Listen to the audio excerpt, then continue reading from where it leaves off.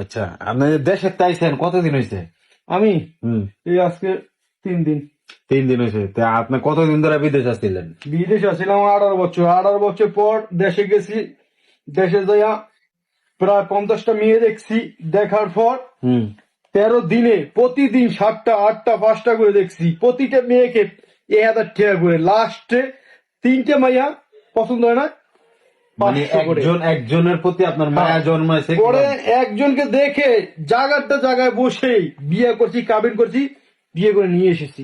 আমার মতো কাবিন দিয়েছেন কত টাকা? কাবিন 5 লাখ 10 লাখ ডাইরেক্ট যত মারতার মার পরে 2.5 লাখ টাকা তারা হিসেব করতে আছে। আচ্ছা, আপনি বিদেশ আসছিলেন কতদিন? আর মাল দিবে মাল দিবে কত বছর ধরে আসছিলেন? 18 বছর। 2006 আইছি, 24-এ গেছি, আচ্ছা, এই যে চুল, 25-এ গেছি। এই চুল কি মালদ্বীপ থেকে গেছে? হ্যাঁ, এই বাল গেছে গাড়ি, এই যে বাল। কত বছর মালদ্বীপ আপনি আসছিলেন? 18 বছর এই 18 বছর পর। প্রবাসী দিচ্ছে।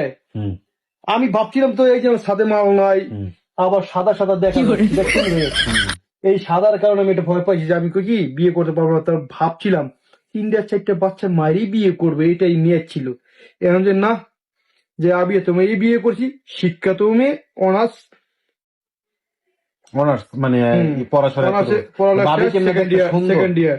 হ্যাঁ, ভাবির অনেক দেশের সুন্দর ভাবির দেশের বাড়ি কই? সুন্দর। আমাদের পাশেই, বেশি নয়, 1 ঘন্টা লাগে 1 যেতে। ঘন্টা লাগে না? হুম, তেমনি সবকিছু ঠিক আছে, মানে নামাজ কালাম সবকিছু পড়ে, সব এভরিথিং। এভরিথিং না? শিক্ষার আচ্ছা, দিক দিয়েও তো সব দিক দিয়ে ভাইয়েরা ঠিক আছে, আপনারা মনে করেন সবকিছু করেন এরকম দেখে কেমন মেসেজ খেয়েছে, মেসেজ বাদ দেন।